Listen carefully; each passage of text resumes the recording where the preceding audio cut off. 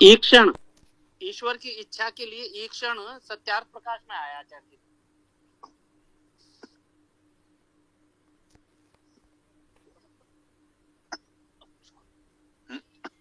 देखिए, ईक्षण शब्द सत्यार्थ प्रकाश में कहाँ कैसे आया है, अब ईक्षण में थोड़ा बोलने में ये देखना पड़ेगा। ईक्षण में इक्ष इक्ष वाला है, कक्षा वाला ईक्षण है, या इच्छा जो हम लोग बोलते हैं उसी में अड़ा लगा है ईक्षण है, ये बताइए जरा। हाँ आचार्य जी, कक्षा वाला है, बड़ा ई क्ष और ना अणा ईक्षण। और पंक्ति में बोल देता हूँ जो सत्यार्थ प्रकाश में लिखी है। कहते हैं ईश्वर में इच्छा तो संभव नहीं, किंतु ईक्षण अर्थात सब प्रकार की विद्या का दर्शन और सब सृष्टि का करना कहता है, वह ईक्षण है। ऐसा लिखा आचार्य जी। जी, अब बात पूरी तरह स्पष्ट हो गई। पहले जो आपने कहा था वो थोड़ा भ्रामक हो गया था, इसीलिए मैं समझ नहीं पाया। उसमें कहा जा रहा है ईश्वर की कोई इच्छा नहीं हो सकती। ठीक बात है, ईश्वर की इच्छा क्या होगी, ठीक है ना। कोई सर्वसमर्थ है, जो चाहेगा कर लेगा। हम लोग इच्छा करते हैं भाई ऐसा हो जाए तो बहुत अच्छा, हो नहीं पाता, हम कर नहीं पाते। तो ईश्वर में ऐसी कोई इच्छा कामना नहीं होती कि भाई यदि ऐसा हो जाता, क्योंकि वो तो सर्वसमर्थ है, कर सकता है। तो ये कहा कि ईश्वर में इच्छा है ही नहीं, उसमें ईक्षण है। ईक्ष धातु का अर्थ होता है देखना। इसी ईक्षण से प्रेक्षण भी बनता है, प्रेक्षण लेते हैं। इसी से परीक्षा और परीक्षण भी बनता है। परि उपसर्ग हो गया तो परीक्षण या परीक्षा शब्द बना। परिता ईक्षण, सब ओर से देखना, यही परीक्षण है या परीक्षा है या प्रेक्षण है। प्रीक्षण प्रेक्षण, तो ईक्ष धातु का अर्थ देखना है। ईश्वर कोई इच्छा कामना नहीं करता कि ऐसा हो जाए तो अच्छा है ना। जी आचार्य जी। ईश्वर देखता है, ईश्वर ईक्षण करता है। ईक्षण का अर्थ है ईश्वर ईश्वर में देखने की प्रवृत्ति तो है। जो कुछ हो रहा है, संपूर्ण सृष्टि उसने बनाई है, उसकी व्यवस्था के अनुसार सृष्टि का संचालन हो रहा है, वो उसे देख सकता है कि हाँ भाई ठीक है, हो रहा है, उसने व्यवस्था बना दी, चल रहा है। तो ईश्वर ईक्षण करता है अर्थात देखता है, वो कोई इच्छा कामना नहीं करता। उसमें ये कहा गया है, पूरी तरह स्पष्ट है, कोई भ्रम नहीं। जी बहुत बहुत धन्यवाद आचार्य जी। आचार्य जी अनुमति हो तो एक शब्द और आया सत्यार्थ प्रकाश में, आंदोलन। उसकी पंक्ति एक बार मैं पढ़ देता हूँ। ऋषि ने ये ईसाई मत विषय के अंदर अनुभूमिका में लिखा है कि इस लेख से यही प्रयोजन है कि सब मनुष्य मात्र को देखना, सुनना, लिखना आदि करना सहज होगा और पक्षी प्रतिपक्षी होकर विचार कर ईसाई मत का आंदोलन सब कोई कर सकेंगे।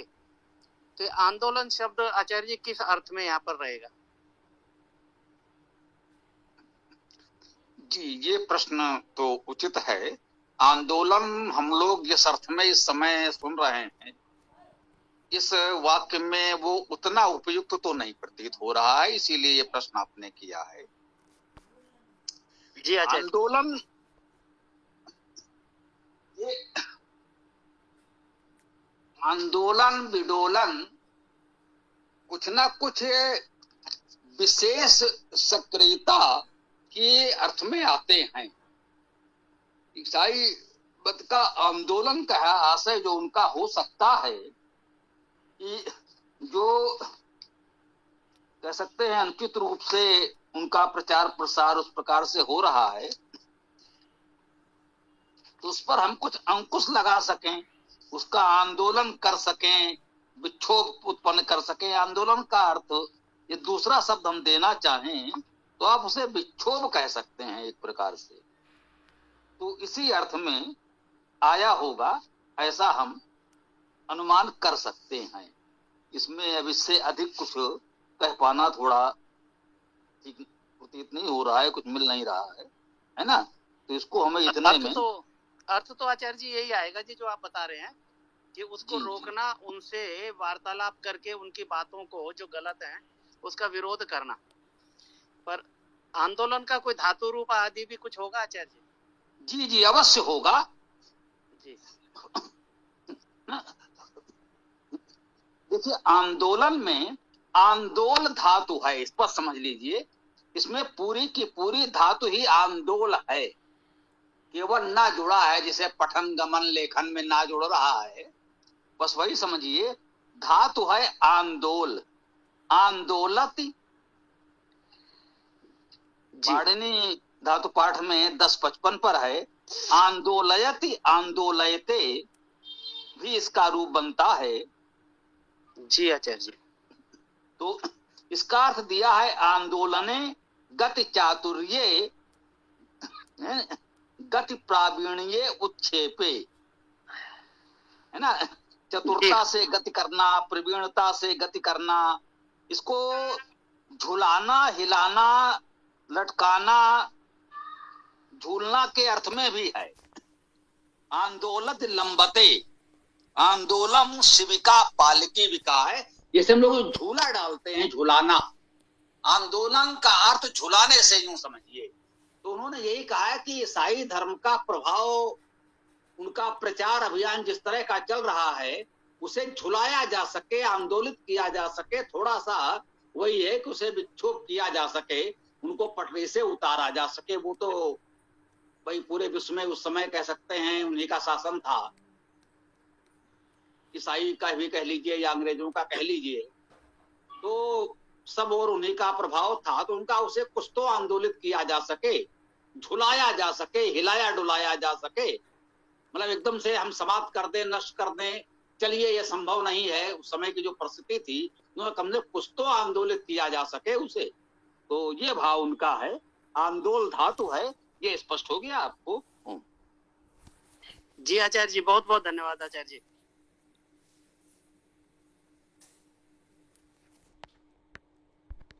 सभी लोग कृपया एक चीज़ ध्यान रखेंगे कि जब स्वामी जी उत्तर दे रहे हों तब अपना माइक जो है थोड़ी देर के लिए बंद रखा कीजिए। जब वो उत्तर पूरा हो जाए तब जाके दोबारा माइक ऑन किया कीजिए।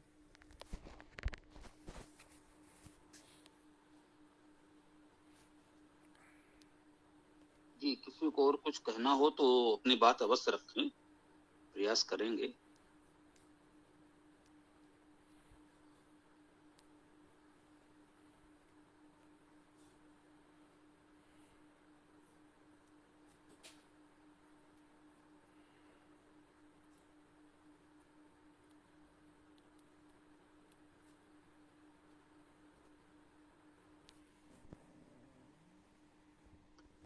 जी भाई यार, दीपक जी भी हैं,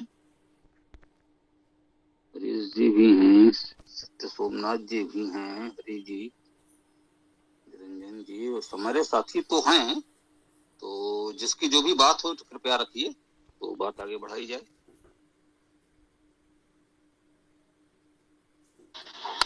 ओम नमस्ते आचार्य जी।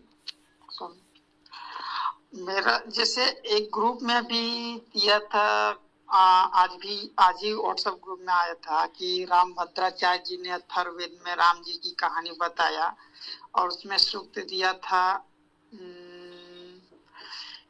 10वां का दूसरा, उसमें मंडल नहीं था, अनुवाक था, ठीक है ना। तो मुझे समझ में नहीं आया कौन सा मंत्र की बात कर रहा है, उसमें कुछ है ऐसा क्या अथर्ववेद में कुछ? ओ हाँ, राम भद्राचार्य के संभवतः उस मंत्र पर हम लोग चर्चा कर चुके हैं। उसमें एक शब्द रामम आया है। अब केवल रामम शब्द को लेकर के यदि वो राम की बात कर रहे हैं तो हम पूछेंगे भाई कौन से राम? जगजीवन राम, काशी राम, आशा राम, नाथू राम, कौन से राम? वही बात है कि उसमें रामम शब्द है, शिव शब्द है, विष्णु शब्द है। इस नाम के बहुत से लोग आज भी मिल जाएंगे, तो आप किनकी बात कर रहे हैं? तो ये भ्रामक प्रचार है। एक अब यही वाला मंत्र है या कोई और, वो भद्राचार्य जी का आया था, तो एक हम लोग इस पर एक दिन चर्चा कर चुके हैं। वो आपको मिल जाएगा अपने चैनल पर। तो इसमें भी ऐसा ही कुछ होगा, वही है या दूसरा है तो भी।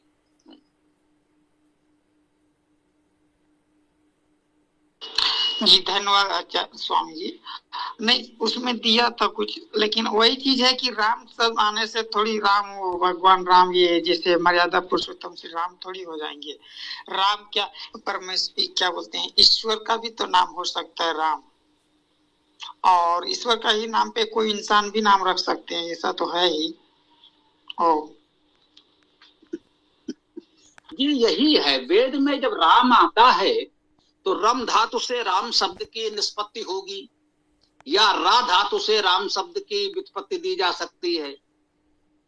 जो सब में रमा हुआ है वो सर्वव्यापी परमेश्वर राम है, ये वेद में भी है और कबीर तक यही कहा जा रहा है। तो ईश्वर के अनेक नाम है वेद में, उनमें एक नाम राम भी हो सकता है, तो यहाँ तो कोई समस्या नहीं है, परंतु उसे किसी व्यक्ति विशेष से तो नहीं जोड़ा जा सकता। अब राम कौन से, जमदग्नि पुत्र राम, जिन्हें हम लोग परशुराम कहते हैं, पिताजी ने उनका भी नाम राम रखा था। अब इतिहास में लोगों को अंतर करने के लिए ये धनुष राम है तो वही परशुराम है, हमने राघव राम उन्हें भार्गव राम कह सकते हैं। एक वासुदेव राम है कृष्ण जी के बड़े भाई जिन्हें बलराम कहते हैं, नाम उनका भी राम ही था। जब आप महाभारत से भागवत तक उन ग्रंथों को पढ़ेंगे तो उनमें जमदग्नि पुत्र भार्गव राम ही मिलेगा आपको, परशुराम जैसा कोई शब्द नहीं है। हो सकता है यदा कदा कहीं मिल गया हो अंतर करने के लिए, तभी प्रचलित हुआ है, तो सामान्यता राम ही आता है। और राम कृष्णो पद का प्रयोग होता है। राम कृष्णो अर्थात यहाँ राम कृष्ण के बड़े भाई बलराम है। जैसे रामायण में आएगा तो वहां राम लक्ष्मणो आएगा, राम और लक्ष्मण दो भाई, वहां राम कृष्णो आता है, राम और कृष्ण। क्योंकि बलराम बड़े हैं इसलिए उनका नाम पहले लिया जाएगा, राम कृष्णो कहेंगे, जैसे वहां राम लक्ष्मणो कहा जाता है। तो शब्दकोश में भी दिया है राम शब्द के अर्थ में, जो लौकिक शब्दकोश हैं वैदिक नहीं, उनका भाई उसकी धातु तो उन्होंने लिख दी, रम धातु से राम है। फिर कहते हैं इतिहास प्रसिद्ध 3 व्यक्ति, जमदग्नि पुत्र राम, दशरथ पुत्र राम, वसुदेव पुत्र राम, ये 3 तो इतिहास प्रसिद्ध माने ही जा रहे हैं। और आज तक जाने कितने राम हैं, तो वो तो है ही। हाँ जी, आप मंत्र कौन सा बता रहे थे, कहिए तो देखने का प्रयास किया जा सकता है, बताइए जी। नहीं मंत्र मुझे भी समझ में नहीं आया, हम अथर्ववेद ढूंढ रहे थे, लेकिन उसमें जैसा जैसा दिया था वैसा नहीं मिला हमको मंत्र, जैसा उस टिप्पणी में दिया हुआ था उस हिसाब का कोई भी मंत्र नहीं मिला। जैसे उसमें था सूक्त 10 था, सूक्त 10 में एक दूसरा मंत्र बोल रहा है और अनुवाद उसमें एक था, तो उसमें सूक्त हाँ सूक्त कांड था, उसमें सूक्त नहीं दिया हुआ था और अनुवाद दिया था, तो उसमें सर्च कर रहे थे तो नहीं पता चला उसमें।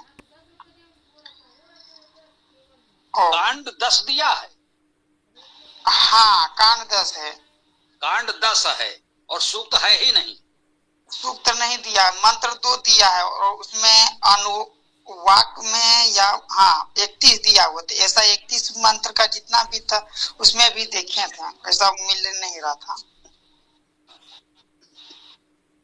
देखिए अनुवाद तो होता है, अनुवाद को आप अध्याय मान सकते हैं।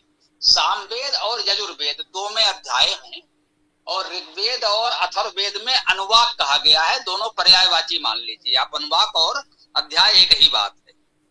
हाँ तो व्यवहार में समझ सकते हैं, अनुवाद होते तो हैं लेकिन अनुवाद में सूक्त तो होना ही चाहिए। अब सूक्त नहीं होगा तो फिर नहीं खोजा जा सकता। सूक्त नहीं है इसमें दिया था, मंत्र 2 है, कांड 10 है और अनुवाक 31 है, सूक्त नहीं था इसमें।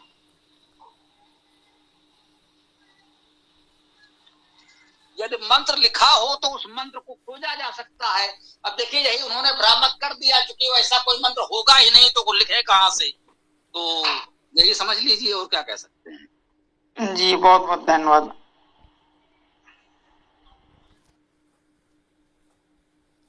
इसी प्रकार का प्रश्न मतलब एक चर्चा मैंने भी की थी कल परसों कि भाई वेदों में तो मेरा नाम भी है, वसंतो अस्यासी राज्यम ग्रीष्मिद्म शरदधवि, तो क्या मैं भी वेद से पुराना हो गया या मैं भी पूज्य हो गया?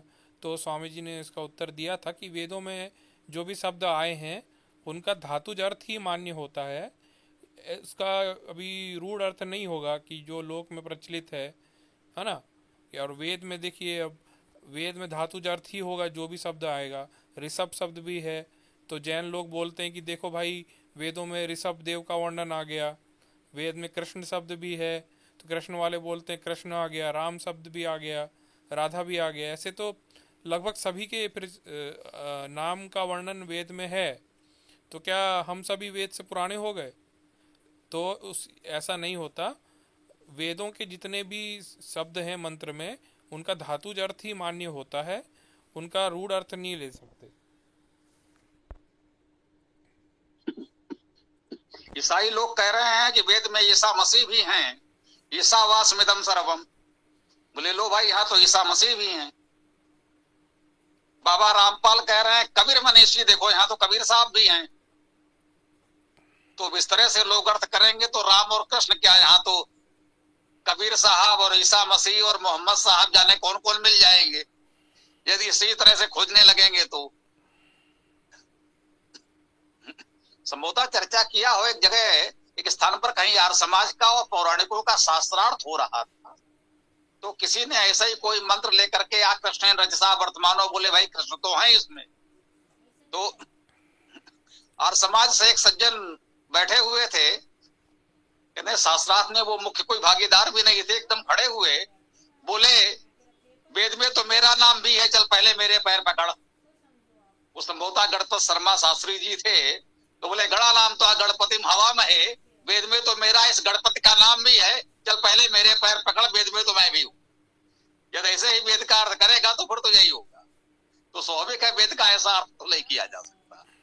वेद का जो धातु अर्थ है वही मान्य होता है, जो निरुक्त के अनुसार होगा, व्याकरण के अनुसार होगा, वेद में वही अर्थ माना जाएगा। ऐसे काल्पनिक कहेंगे तो वेद के शब्दों से आज जाने किस किस का नाम है, तो उसका तो कोई अर्थ ही नहीं है।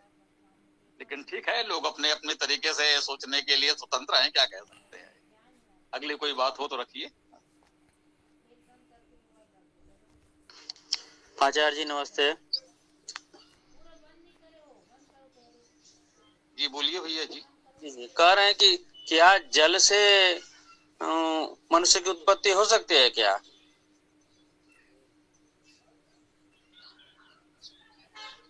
जैसे पितामह, भीष्म पितामह जो है गंगा के पुत्र थे, गंगा तो जल ही है ना।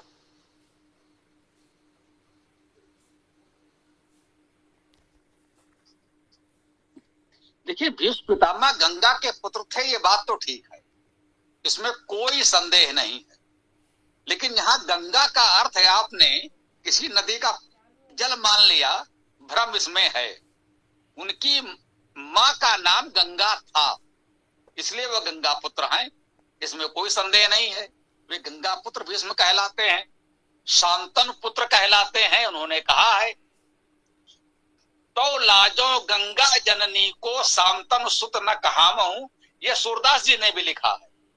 भीष्म कह रहे हैं तो लाजो गंगा जननी को, गंगा मेरी माँ का नाम है, शांतनु सुत न कहामो, शांतनु पिताजी का नाम है। तो नाम है, ये उनकी माता पिता का नाम है। अब गंगा के नाम से ये नदी भी है।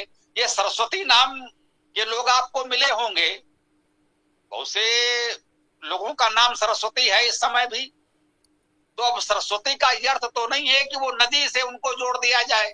जो सरस्वती नदी आज नहीं है, मान लीजिए कभी प्रवाहित होती थी, तो ऐसे बहुत से लोगों के नाम है जो नदी के, पर्वत के, वृक्षों के नाम हैं।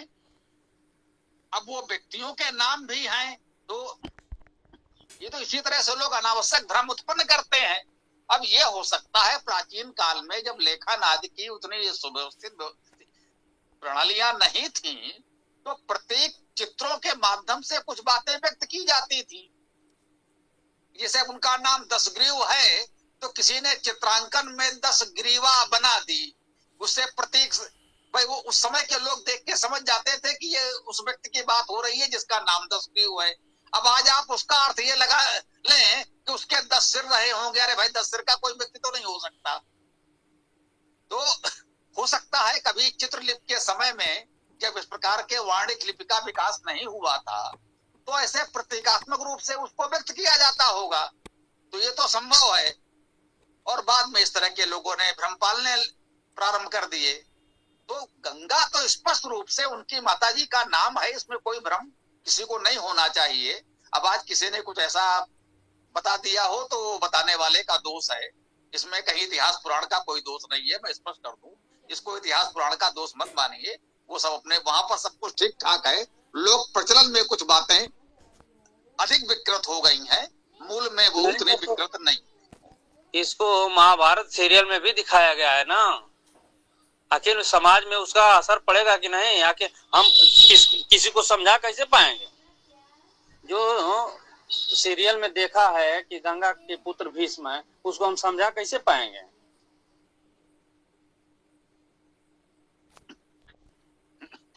भाई अब आज के इन काल्पनिक नाटकों को यदि आप धर्म और इतिहास मान लेंगे तो भ्रम होगा ही। उनमें स्वयं वो लिखते हैं कि भाई इसमें दिखाई गई सभी बातें काल्पनिक हैं, इनका यथार्थ से कोई संबंध नहीं है। आप देखते होंगे ये भी लिख करके आता है। अब आप भ्रम में पड़े हैं तो पड़े रहिए, उनका कोई उपचार नहीं है, उनको समझाने की कोई आवश्यकता नहीं है। भाई ये काल्पनिक कहानियां हैं, अनेक इस तरह की बातें चल रही हैं, तो उन काल्पनिक कहानियों को आप ऐसा कैसे मान लेते हैं कि वास्तव में सत्य होगा? वो तो मनोरंजन उत्पन्न करने के लिए, दर्शक संख्या बढ़ाने के लिए, जिससे उनको व्यवसायिक लाभ हो, कुछ ऐसी काल्पनिक बातें उस रूप में रखते हैं जिससे कुछ चमत्कार उत्पन्न हो, कुतूहल उत्पन्न हो, तो फिर लोग उसे देखेंगे तो उनकी आय होगी। तो उसको ऐसा नहीं मानना चाहिए। जी जी, तब तो कर्ण वाली घटना भी ऐसे ही है।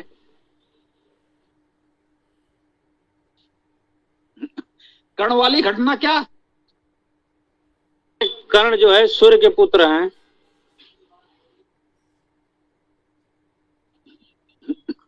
जी, कर्ण भी सूर्य के पुत्र हो सकते हैं भाई। पूरा का पूरा सूर्यवंश है हमारे पास। सूर्यवंश की 125 पीढ़ियों का इतिहास हमने लिखा है।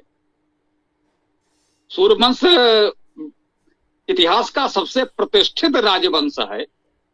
तो सूर्य के पुत्र तो हो सकते हैं। वही बात है, सूर्य नाम का कोई व्यक्ति होगा जिसके पुत्र कर्ण होंगे।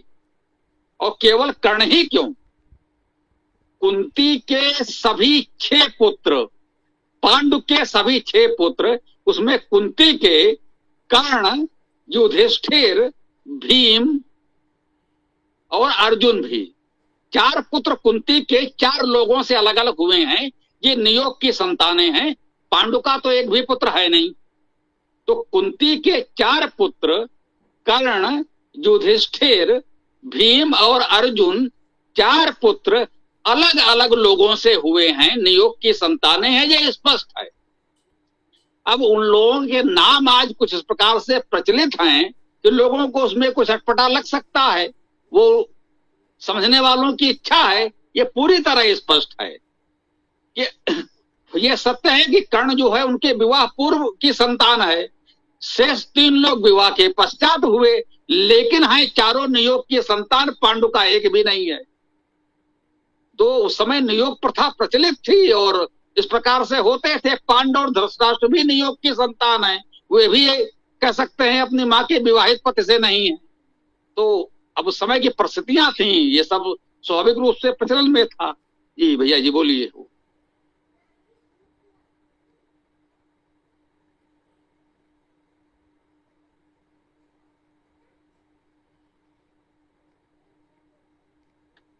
जी, वैसे पीसी जी ने हाथ उठाया है, यदि कुछ कहना चाहें तो आप कह सकते हैं, या अन्य किसी को कुछ कहना हो तो बताएं।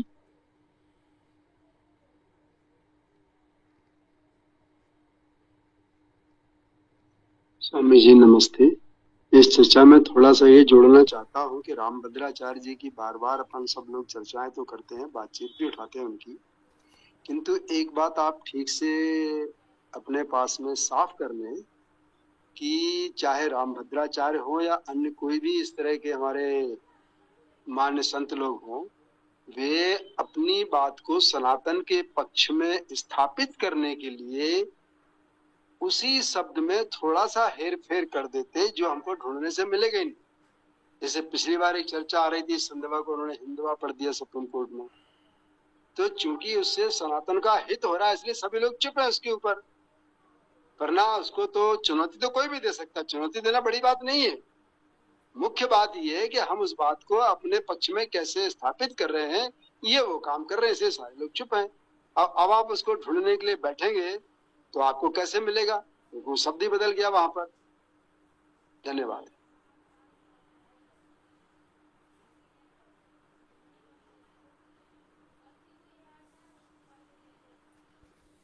जी, तो और किसी को कुछ कहना है तो बताएं।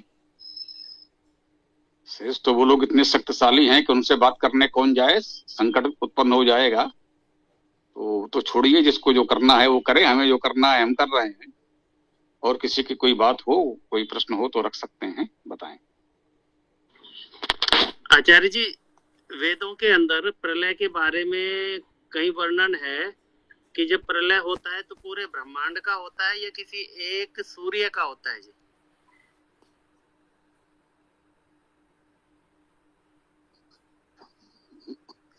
देखिए, पूरा ब्रह्मांड एक साथ नष्ट नहीं हो सकता, नित्य प्रलय होती रहती है। प्रतिक्षण अनेक ब्रह्मांड सूर्य नष्ट होते हैं, उत्पन्न होते हैं। पहले भी ये बात आई थी। ऐसा माने जैसे इस पृथ्वी पर प्रतिक्षण अनेक जीव जंतु उत्पन्न होते हैं और मरते हैं, वैसे ही सृष्टि के स्तर पर प्रतिक्षण अनेक सूर्य मरते हैं और जन्म लेते हैं। संपूर्ण प्रलय यदि आप कहें कि संपूर्ण सृष्टि नष्ट हो जाए, ऐसा कभी नहीं होता, ये बिल्कुल निश्चिंत रहें। धन्यवाद आचार्य जी।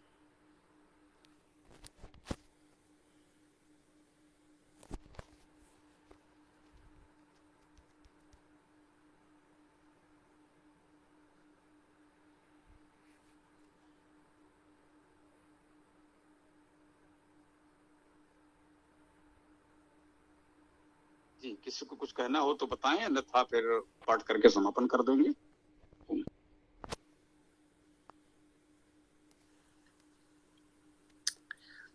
अपने इस ग्रुप में एक व्यक्ति ईशा पुत्र के नाम से जुड़े हुए हैं, मैं थोड़ा सा ये जानकारी लेना चाह रहा था, वो सनातन धर्म से है या कोई और व्यक्ति है? भैया जी, ईशा पुत्र जी ही आज की गोष्ठी का संचालन कर रहे हैं जी। ये हमारे बहुत ही निष्ठावान कट्टर आर्य समाजी हैं, मुझसे अधिक। अच्छा, मैं तो वैदिक हूँ, कट्टर आर्य समाजी हैं। ईशा पुत्र जी, जरा अपना परिचय दे दीजिए, बोलिए। जी नमस्ते भैया, मेरा नाम ईशा पुत्र वसंत है, ईसा पुत्र नहीं है। वो ईसा मसीह वाला ईसा नहीं है। ये ईशावास्योपनिषद है ना अपना, यजुर्वेद का 40वां अध्याय का पहला मंत्र। जी जी जी जी, मैं क्षमा प्रार्थी हूँ जी, हाँ। मुझे कुछ पढ़ने में ऐसा ही आया था, इसलिए शंका हुई थी। जी, तो क्या हुई, ये बात ऐसी थी कि कुछ मतलब जीवन की कठिनाइयों से मैं गुजर रहा था, तब मुझको वेदों का ध्यान आया कि मैं तो भाई परमात्मा की संतान हूँ, तो मैंने अपना नाम ईसा पुत्र रख दिया। मेरा असली नाम, जन्म का नाम वसंत है। जी जी, बहुत बहुत धन्यवाद जी, और क्षमा प्रार्थी भी हूँ, शंका हुई इसलिए पूछ लिया जी। ठीक है, कोई बात नहीं, मुझसे लगभग सभी लोग ऐसे ही बोलते हैं। जी ठीक है, और किसी क्या कोई प्रश्न हो तो बताइए, अन्यथा फिर पाठ किया जाए।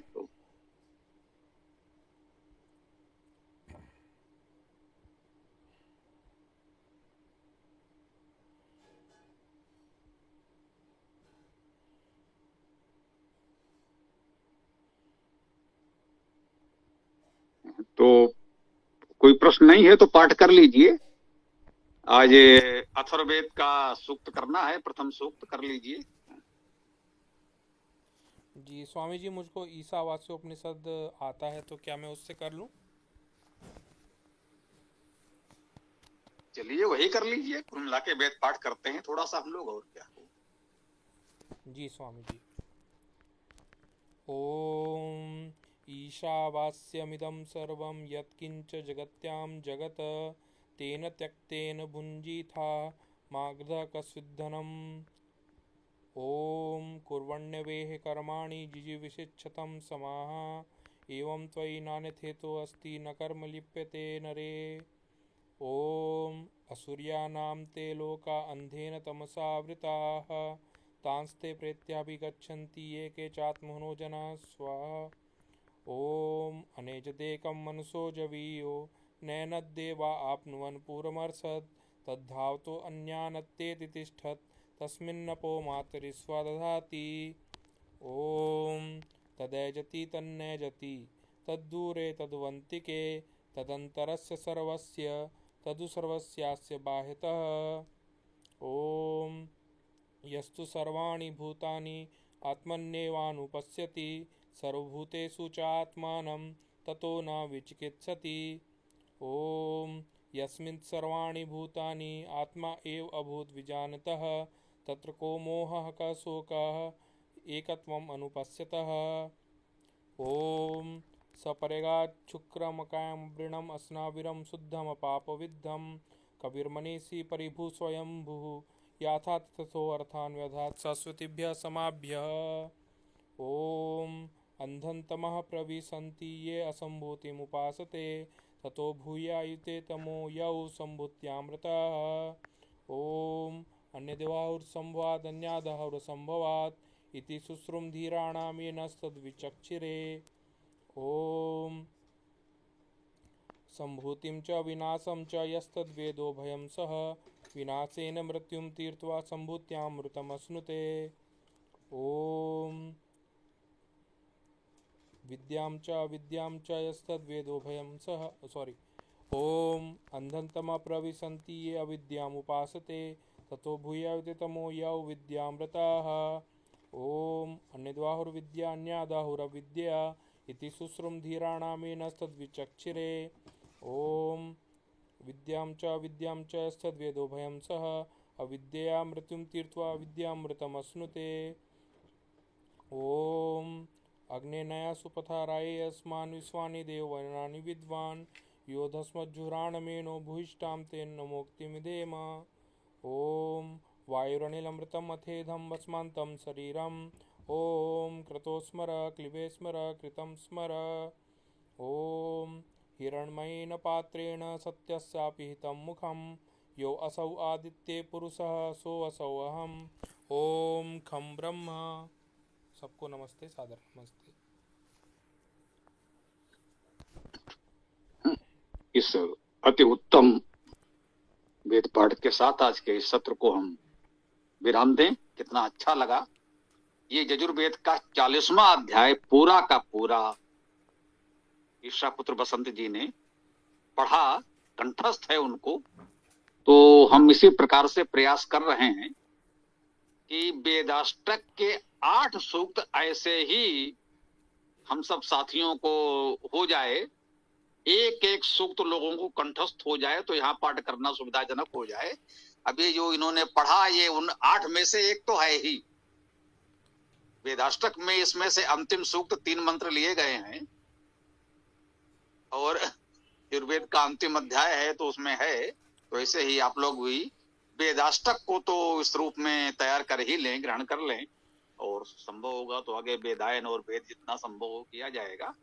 तो आज के इस सत्र को यहाँ हम लोग विराम देते हैं। कल इस वेद गोष्ठी में हम पुनः मिलते हैं। ओम खम ब्रह्म। सभी को नमस्ते, सभी का बहुत बहुत आभार। ओम खम ब्रह्म।